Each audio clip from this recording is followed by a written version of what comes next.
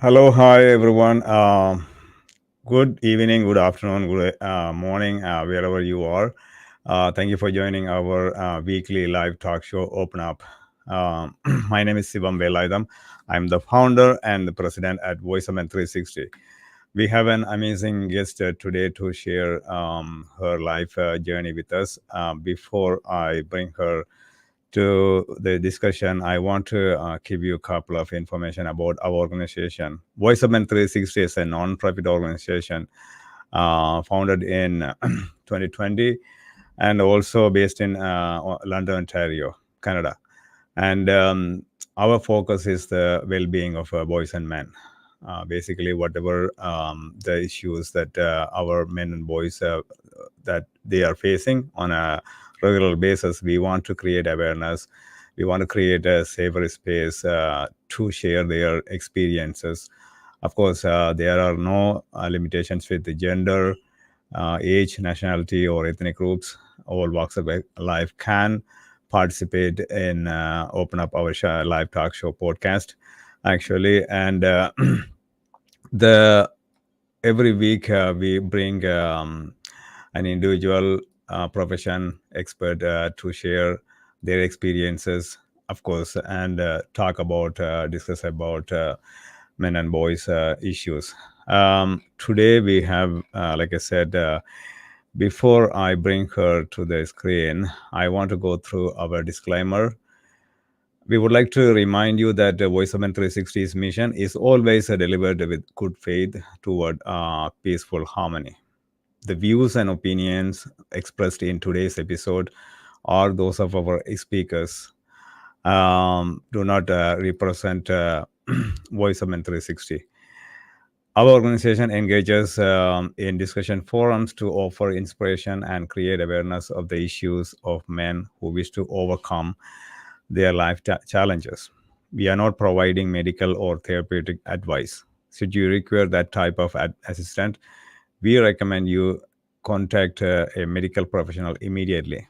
If you have questions or concerns about today's episodes or any VoiceOven 360 content, please email us at info@voiceoven360.org.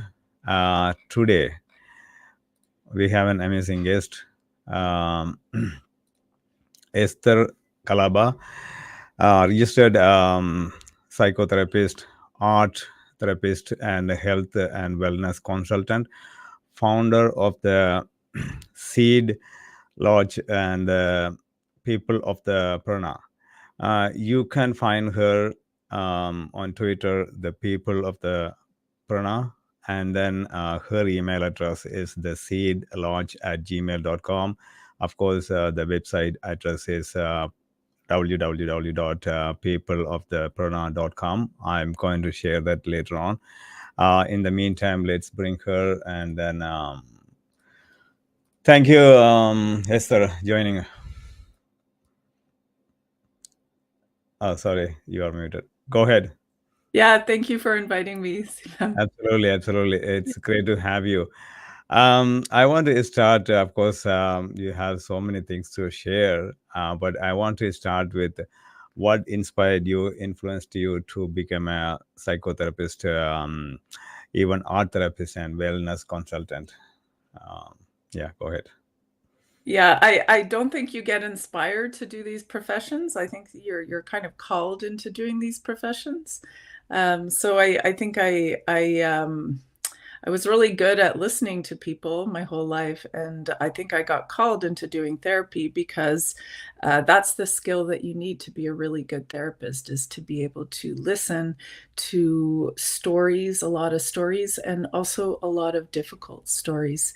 And through that listening, there's the healing happens.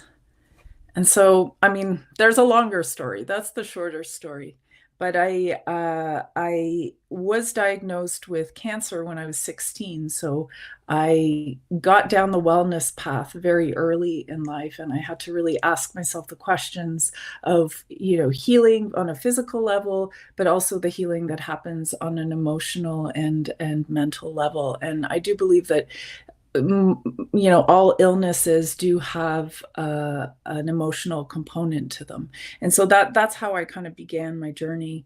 And more recently, in the last maybe 5 years before COVID, I've been practicing meditation. I've been practicing breath work for the last 15, 20 years, every single day. It's been my daily practice. And I realized that as a therapist, especially during COVID, a lot of people that I was seeing had, very, very severe anxiety or symptoms of anxiety. And what I also noticed at the same time is that 99% of those people were not breathing. And when I say that, I mean they were really breathing from the upper part of their lungs, and very short and shallow breathing, sometimes even holding their breath. And there's no way that you can feel calm if you're breathing quickly.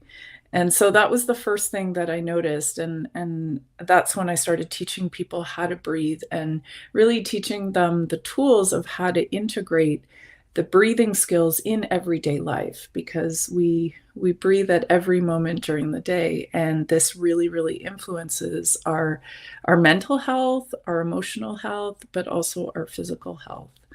So that's a bit of a roundabout way to answer your question. Absolutely. Thank you for sharing, because everybody has their own story and background and the turning point, actually, right?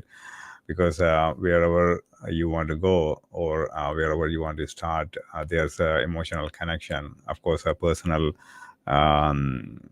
situation is there, right? So it's always good to hear. Also, thank you for sharing, because not only inspiring others, at the same time it's his meaningful connection to others too, right? So that's a way. um so I, can you, I yeah, I go have ahead, sorry. one more story about that if you want Yeah, to hear it. Yeah. yeah. So, I actually had cancer 3 times in my life, and the third time I was in my 30s, and I had to have a pretty invasive surgery, and it was in my neck. And one of the side effects of that were that I could lose my voice forever, if the surgeon kind of hit my vocal nerve. And so the surgery went really well. But 2 weeks after the surgery, some a weird turn of events, and I woke up in the morning and I lost my voice. And nobody knew why, because the surgery had already been done. It was 2 weeks after. And I realized at that time that was my call to begin to do meditation every day. That was like, Esther, the universe is telling you to shut up and just breathe. And that's how I began my practice. So It, basically, it is not second life or third life. You had a fourth life, actually, yeah, because I've had many lives, but sometimes the universe like just kind of puts you in these situations where, you're forced, and I'm a pretty stubborn person, right? So you're forced to like, okay, you don't have a voice, you have to deal with it. And so what do you do? Like I went inside, and I was like, okay, I'm going to learn what this experience is teaching me. And that what I learned was how to access deep silence and that feel. absolutely, yeah. Finding something is to survive is something, yeah. But beyond survival, right? Something that you want to contribute, or you want to give to the universe, or to the community, or the society, right? The people around you, right? It is very, very important, right? Thank you for, actually, you have a long way to go. So don't worry, you will have more to do. And how are your experiences regarding mental wellness, especially men and boys? So, since we were talking about this platform, mainly focusing men's and boys issues. So, Yeah, I mean that's a hard question, because I was saying to you that it's a very general question, right? Men and boys. When we work as therapists, we work with individual people, and everybody is so different with their stories and with their life experience and where they are in their life in a particular moment. Young boys versus older boys and eventually maybe men if they become men. But maybe what I'd like to speak to is maybe what isn't present and the consequence of that not being present, which is rites of initiation for young boys to become men. And I feel like there's a big consequence there in terms of young boys not having role models to look up to, but also not having elders and having people amongst them who can kind of give them some sort of challenge so that they can prove themselves worthy of becoming a man. And I think that is one of the biggest issues today for young boys and men. Absolutely. That's the reality, and also it's how we want to face it or how we want to do something about that, right? It's not like we want to leave it behind. We want to do something, right? Organization like ours, whatever we can, at least moral support or some sort of support that we want to create through our platform, though. That's what we are doing. So we want to go through your profession now. Can you explain how our breath controls our thoughts and emotions? Can I explain it? What do you mean by that? Well, yes. So like in a simple form, or like how we can control, or how the breath is controlling our thoughts and emotions. Mhm. How to say shaping up. Yeah, I mean, if you look at the yoga scriptures, one of the main goals in yoga is to calm the thought waves of the mind. And we do this by changing our breath pattern. The thoughts in the mind and the breath are connected. So once you alternate or change your breath pattern, it will affect what you think, and it will also affect your emotions. So if you ever notice yourself start feeling sad or angry, if you take a moment to stop and notice your breath pattern always changes first before you feel the emotion. And so there's a direct link with that. Physiologically in the body, when you start feeling stress, the first thing that changes is your breath, and your breath gets short and shallow. And that's just a physiological response. And so when we work with the breath, we're able to not just do the habitual thing, not do the survival instinct response. We are able to control that or modify that and keep the breath slow and steady, even when we're undergoing a stressful situation. Essentially, it's the body trying to keep you safe, right? Absolutely. I can feel that, or I can share that. Of course, I do yoga not on a regular basis, but I do on a weekly basis wherever possible. So in the last couple of years, I started to notice that when we do the breath, when we control, or when we do go slowly, or how we can calm ourselves, and then how we can actually the internal and external breathing, right? So it's absolutely, yeah. um Probably, of course, you said breathing is our number one medicine and superpower. How can we use it properly? You already explained. Can you give us some ways, or you can demonstrate some ways?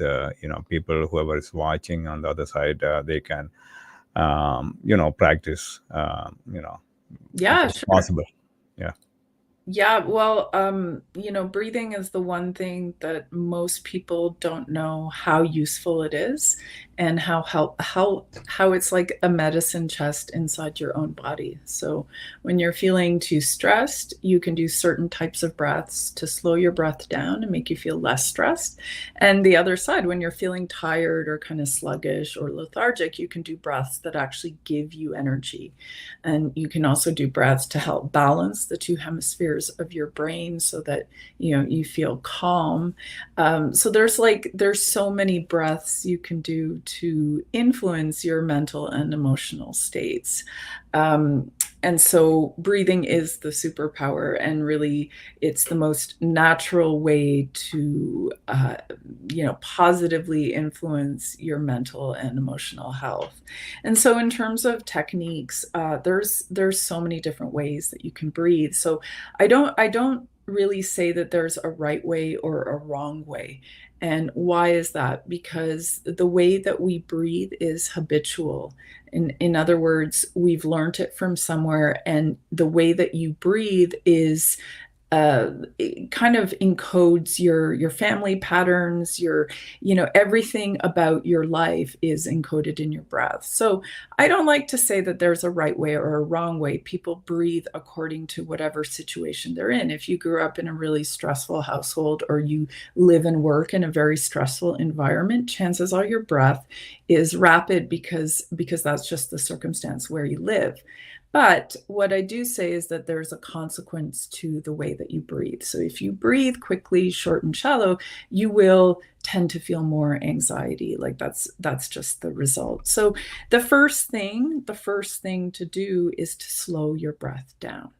And you have to do it as a practice. I kind of see it the same as going to the gym and doing weights, except you can do it while you're sitting at your office. You can do it while you're washing the dishes. You can do it while you're going for a walk. You can literally breathe anywhere, because you're doing it anyways. So we want to slow our breath down, and we want to slow our breath down to at least 4 seconds on the inhale, and then 4 seconds on the exhale.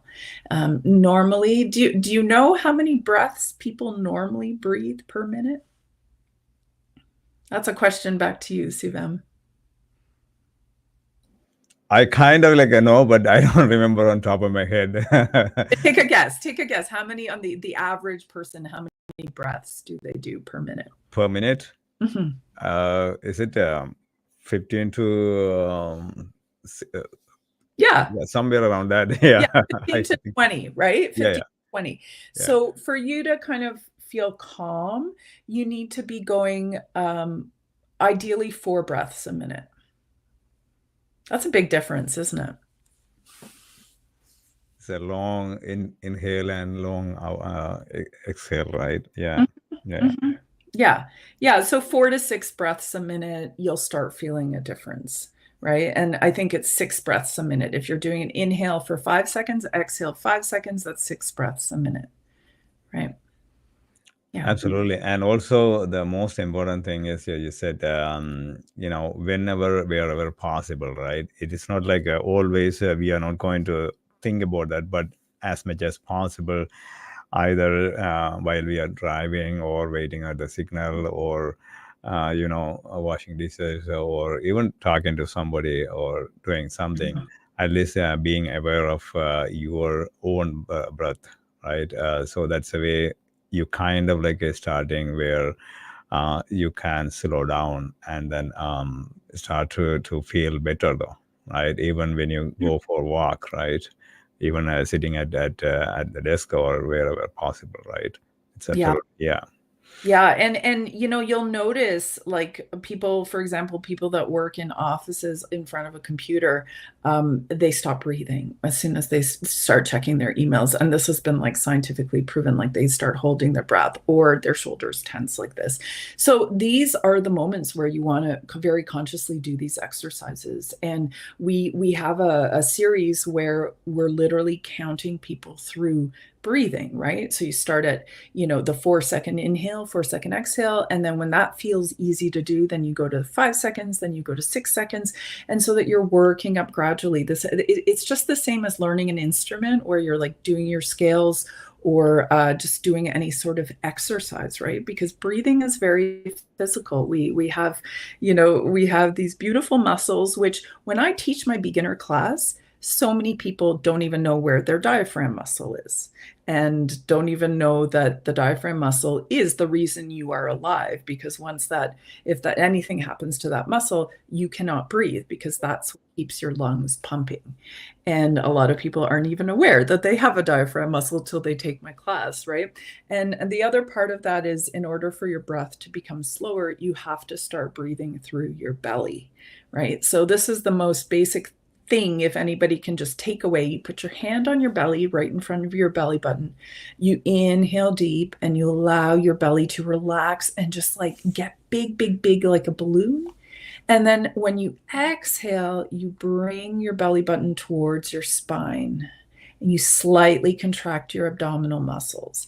So you're inhaling, you allow your belly to puff up and get really big. And then you exhale, you bring your belly button towards your spine. And you can kind of feel your spine lengthening when you do this, right? So I like to say it's inhale wide and exhale lengthen, right? And just by doing that, putting your hand on your belly and counting, you can also do the, count to 4 and then exhale 4, will help you slow your breath down. A lot of people don't use their belly for breathing. That's what I've noticed. And that could be probably, a lot of people listening to this show. I want to ask you maybe one or two questions right there. When we are talking about breathing or controlling the breath and everything, the people you handled or whenever you handle some other situations. So like some people, they went through some traumas or extreme situations, right? Or accidents or any other illnesses, right? Mm-hmm. After they started to do some breathing exercises, right?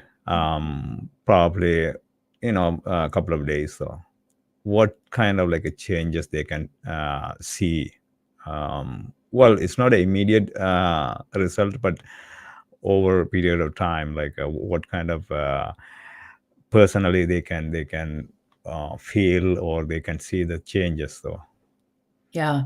I mean, I think it depends, what the situation is or the trauma, but when you practice breathing, what you're doing is you're changing the automatic pattern of that your body's used to. So when you've experienced any sort of trauma, you have let's just say a heightened response to fear. So it's almost as if the fear in your body is not being metabolized properly because of an experience that you had in the past.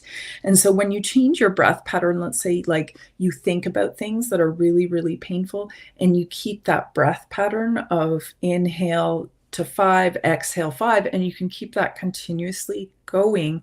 What's happening is you're creating a new physiological memory, like a body memory, and you're staying calm while also experiencing difficult things. So you're breaking your habitual pattern of trauma. And when you do this, over time, with various different meditations, it starts reversing the kind of physiological trauma reaction in the body.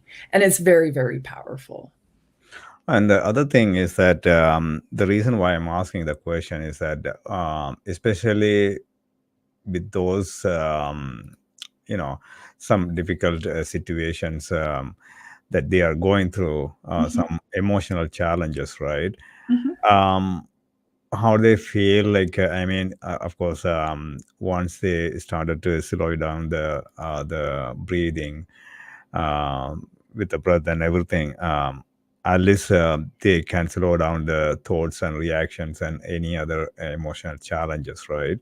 Mm-hmm. So how does that help them in order to, they don't have to sometimes, of course, they have to be aware of that situation. Okay, you know what, I'm nearby the accident or somewhere in the situation, right? Even some sort of trauma is happening at a home or argument or anything, but right away just be mindful, just stop for a second, and then just in your own mind just to practice about the breath control and everything, right? Mhm. Can you, because you talked about that before, the emotions and thoughts, it's just connected, controls our breath and everything, right? So Mhm. can you just elaborate a little bit more? How can they help them in order to, just there at the point, but at least if they can pause and then do some practice or just a couple of seconds, and then they can come back. Yeah, I mean that you kind of said it very well. It's about introducing the pause, right? You have Mhm. stimulus, the trigger, whatever, and then you have the reaction. Usually the reaction, you're not in control of what happens because it's an automatic reaction. It's usually based in self-preservation. I need to fight or run away. And so what you're doing when you're introducing the breath or the awareness of the breath is that you are actually making more of a pause there before the reaction. And then eventually what you're hoping to do is not have the reaction at all, kind of stay in that pause moment, because no matter what's going on around you, you always have the choice of how to react to a situation. And if it's a really stressful situation, if you're the one that's able to stay very even and calm, you have more capacity, you have more resources available to you than if you're reacting and getting anxious or, freaking out. You're just more in control, right? If you have the capacity of your breath and your mental faculties working for you rather than against you. And that's what it is. I mean, in yoga we call it the monkey mind, right? The mind has its own life, and part of our work is to train this monkey to be able to work for us rather than against us. Because your mind can be your best friend, and it can also be your worst enemy as well. Absolutely, absolutely.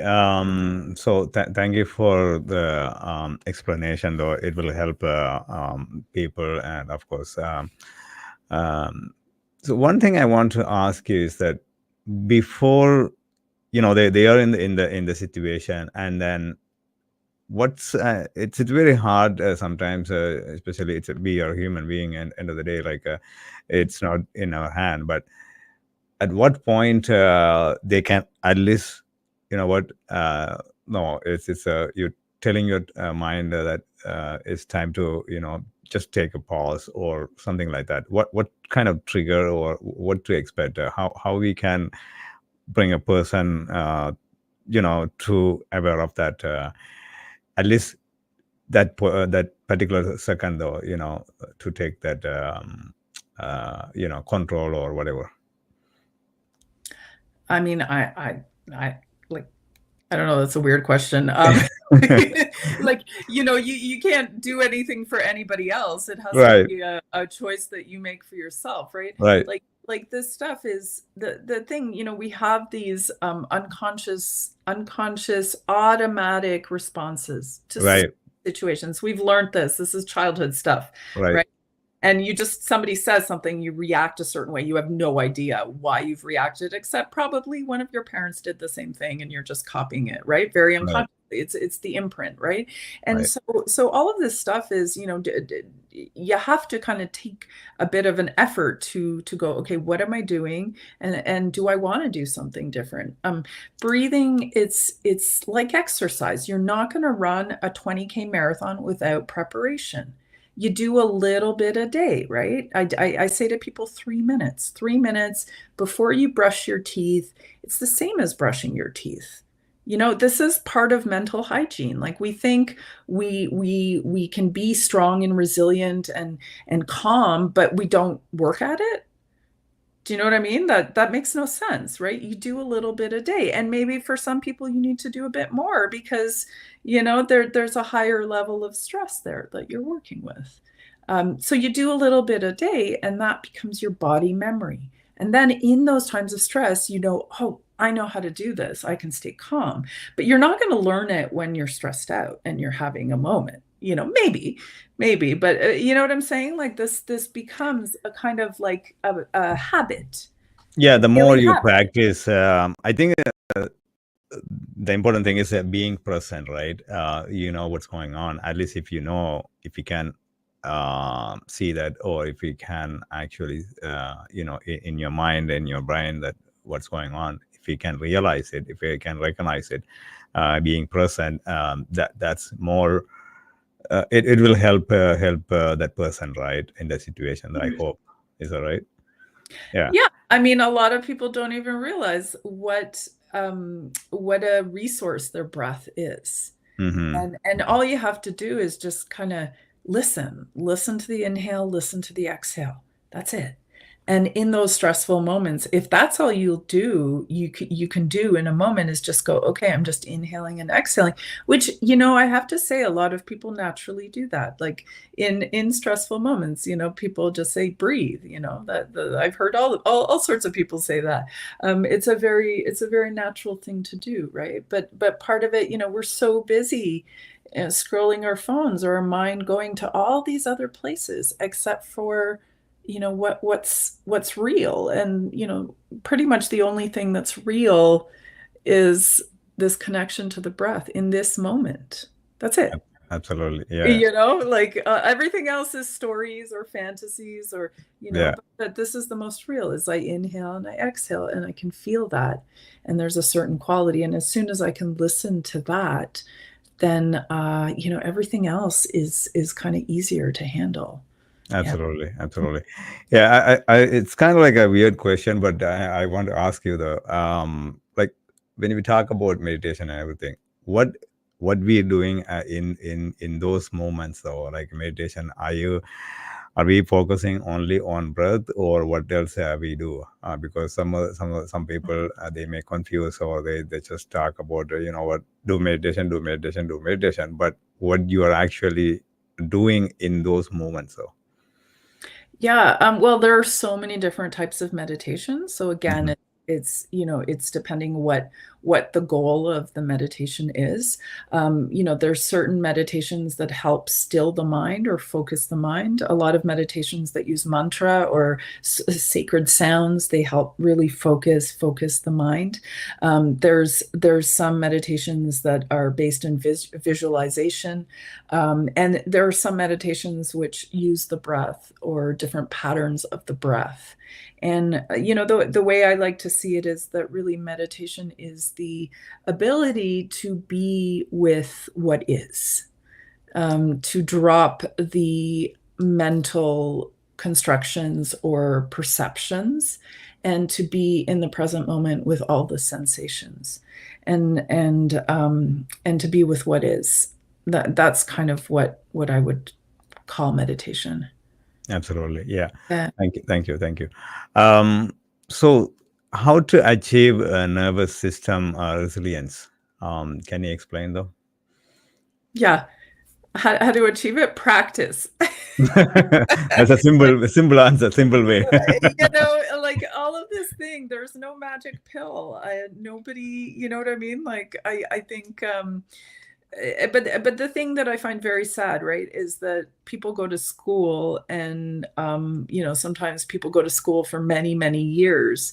And I work with a lot of like professionals in all different fields, and nobody has been taken one course on how to take care of themselves, how to support themselves, how to like take care of their mental health, right? So you have all these people who are skilled at various things but just don't know about how their nervous system works, how the stress response works. And that's a big problem, right? That's a really, really big problem. And so when we're talking about resilience, we're talking about nervous system strength. So what does that mean? That means I can feel stress. I can feel all sorts of stress. And then I can find my way back to a state of calm, right? So, somebody with a very resilient nervous system, it's kind of like they can be up here super stressed and then they can calm down. And this journey back to calm is possible, right? Where somebody has a weak nervous system, they feel amount of stress, and then they stay in that stressful position for long periods of time, or they drop down into depression or lethargy, or not able to, not able to move, get paralyzed. So what we want is this kind of like ability to go up and down. And there's lots of ways to strengthen your nervous system. Breathing is one of them. When you practice meditations that are very hard, and in the practice I do, we lift, we hold our arms up for like, 11 minutes, 30 minutes, 60 minutes, and some of them are very physically challenging. But through that, you develop a sense of nervous system resilience. So actually, doing difficult things builds resilience, but doing difficult things where you can kind of re-regulate your nervous system, and come back to that state of calm, or that state of neutrality. And sometimes a good way actually to develop resilience is to be around people that are resilient, because you learn a lot. You kind of learn how to regulate your own emotions. And that's a lot about how therapy works, right? So you're having a difficult experience, and you have somebody who can help you find that state of neutrality with whatever it is that you're feeling. Yeah. And so you do that enough times, it develops resilience. And then there's just like the genetic kind of thing. Like some of us are born more resilient, like we have stronger nervous systems than other people. Yeah, that's just also hereditary, I think, too, or environmental. Yeah. Yeah, at the same time, when you connected with like-minded people, things like that, it will strengthen your nervous system or the thinking pattern too, right? That's where you can automatically you can develop, right? Absolutely, yeah. Yeah, like we Yeah, don't do any of this stuff alone, yeah. like even the breathing practices, they're usually taught in a group, because you have the group energy, and it actually gives you a lot of strength to Mhm. feel part of that group, and to feel that energy that's created. Oh Yeah. yeah. I see. So I do have a few more questions, and then I have just a couple of announcements. I just want to quickly go through it, and then I will come back to you. Okay, I still have a couple of more questions. Okay. Okay, no Yeah. problem. Thank you. Uh, so thank you guys watching. Please continue to watch, and then we do have open up. This one is the one you are watching on Sunday. It's a weekly live talk show podcast at 7 p.m. Eastern Time. On Sundays, actually, it is open up where we invite individuals to share their life journey, to share, talk about your life experiences, plus talk about men's and boys issues. And really, there's a Tamil live talk show in the morning, Sundays, and then monthly men's group meeting only for men by men. There's no recording. Second Saturday of every month, from 7 p.m. to 8:30 p.m. through Zoom, and then there are no limitations to gender, age, nationality, or ethnic groups. All walks of life can participate in any of our shows.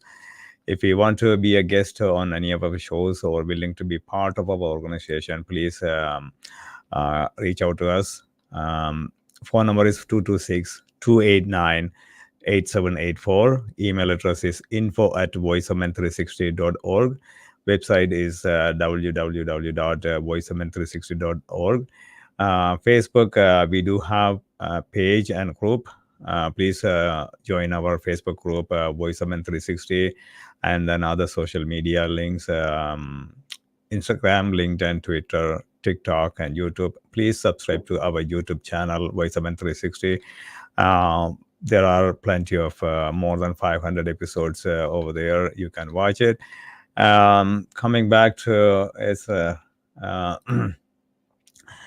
What I want to ask is that can you talk about the importance of integrating the body when talking about mental wellness, though? I think Mhm. you mentioned a couple of things, but you if you can elaborate or if you can add more. Mhm. Yeah, so our body holds all our memories, and everything we've ever experienced lives in our bodies. And so when we're working in therapy, people often kind of stay in their mind and the stories, okay, this happened to me and this is what happened. And I've worked as a therapist for many years in that model. What I find more effective is when I ask people to connect to the sensations in their body that a particular memory evokes, and when they can connect to that sensation, there's kind of a feeling of locating where the pain is, and then you can work with it and you can also shift it so that it can move and transform and become, something else. And so there's tremendous power, and the thing that I find the easiest is to start connecting with your breath, because you can feel it if you're breathing. If you're feeling stress and you can slow your breath down and feel calmer, you have a way to work with your body to really support your mental health. And then another thing with that is the positions that we put our bodies in. A lot of people have really, really bad posture. And a lot of people kind of spend the day like hunched over. Maybe that's you. There is a lot of research and, kind of information about posture and the way that you feel. So there's a feedback loop. Your body influences your brain. And if you just open your chest and stand or sit in a way where your shoulders are down and your chest is nice and open, you will feel much more confident than if like this, right? You just try it and you can just see. And there's a reason that when you see a cop, they walk the way they do or they stand the way they do, because it communicates something, and it communicates something to themselves as well. So there's a few things. There's noticing posturally what you're doing with your body and how that's influencing your mental health, and also too then being starting to become aware of the sensations in your body and then being able to work with them directly in the body. Mm. Yeah, especially when we watch those people who goes to fitness and everything, they open. Of course, I've been to sometimes, but um, not recently. When we do any kind of fitness or exercise, that you open your chest and then you Mhm. feel more confident, though, right? It's everything interconnected, though, right? Yeah, totally. Not only chest but also the the way you walk, the way you handle things or even talk to people with a more confident, right? Absolutely, yeah. um, I want to ask you, how do you help, or what's influence to start? You are the founder of the Seed Lodge of the people of the Prana. Can you talk about a little bit more about that? Talk about the Seed Lodge. Yeah. Oh yeah, yeah. So the Seed Lodge is about 2 hours north of Toronto, and Hmm. we offer therapeutic wellness retreats at the Seed Lodge. So it sleeps 20, and we do yoga, we do breath work, we do art therapy, we do various different retreats, music throughout the year. And it's really a chance for people to come up, be in the country, really be surrounded by nature, by quiet, unplug from their phones, be with other people, and connect on a real human level, and then learn these practices that are really, really good for mental emotional health. So it's kind of immersive therapy. And it gives people a chance to really have an experience, of eating well, of having quiet around you, of being, supported in whatever it is that you're going through by others. And the people of the Prana is we're on a mission to teach people how to breathe. We want to integrate breathwork education in schools, in mental health facilities, and we have a number of courses where really step by step we teach people how to breathe, how to be conscious of their breath, and the more people that learn and the younger you learn and you have these skills and tools, the better off you are. Yeah. Absolutely. So it's a way to reconnect yourself, right? Mhm. I think that's a way you can go back and then start focusing on yourself, right? Absolutely. What I want to ask is that how do you help your clients through your services? Of course, you are a therapist, but how about the art therapist? Can you talk about that also? Yeah, sure. Like, what is art therapy? Is that your question? Yeah, and also how you are helping your clients through your services. You have different services, right? Yeah. Yeah, I mean, art therapy is what I trained in originally. And art therapy is basically instead of talking, you draw, you paint, you sculpt. And it's not really to create an artwork that, needs to go on the wall or needs to be nice. It's really to help you express yourself. And most people are really surprised when they do it, because what happens is you bypass your mind, you bypass the stories, you bypass what you already know or what you think you know, and you go straight to what you feel. And then you have this image, and you can look at the image and sometimes see a whole other interpretation of what it is that you're feeling, or that what your problem looks like, or you thought it looked like. And it's also very joyful. I mean, I think it's a human need to create. I think it's important for people to create with their hands, especially work with their hands. And so there's something there about being in contact with color, with shape, with the textures, and moving that stuff around and creating something that is really, I feel, important on a very, very basic level. Like, we need to be creating things in our life. And so yeah, it works in many ways, but those are kind of the two main ways. Absolutely. Thank you for that. I just want to have a kind of like a personal question, but if you want to answer, you can answer. But if you don't, that's fine. Um, since you have diagnosed 4 times, right? It's Three a times. Yeah. three times. When you come back and then doing such amazing job, helping a lot of people, what's the message for those who are going through some sort of life challenges, and then they cannot see beyond, it's kind of like everything blocked, and then they cannot really see anything else. They may choose different paths, but from your experience, and then you are here and then you are doing a lot of things, right? Mhm. When you talk about inner calling or anything, Mhm. what is the message? What do you think? I think from what I've seen is that maybe what we are learning, and I think culturally or collectively learning, is to have a relationship with suffering. Um, you know, Losing and feeling pain are a part of life.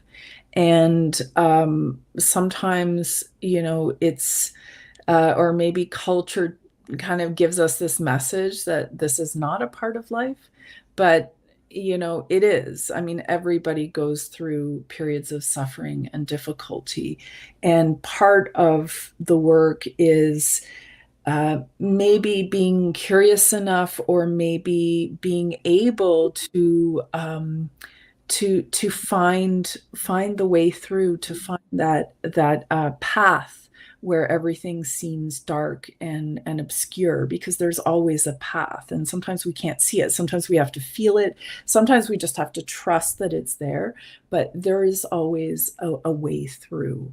And so, but we have to go through the difficulty or the darkness or the challenging time.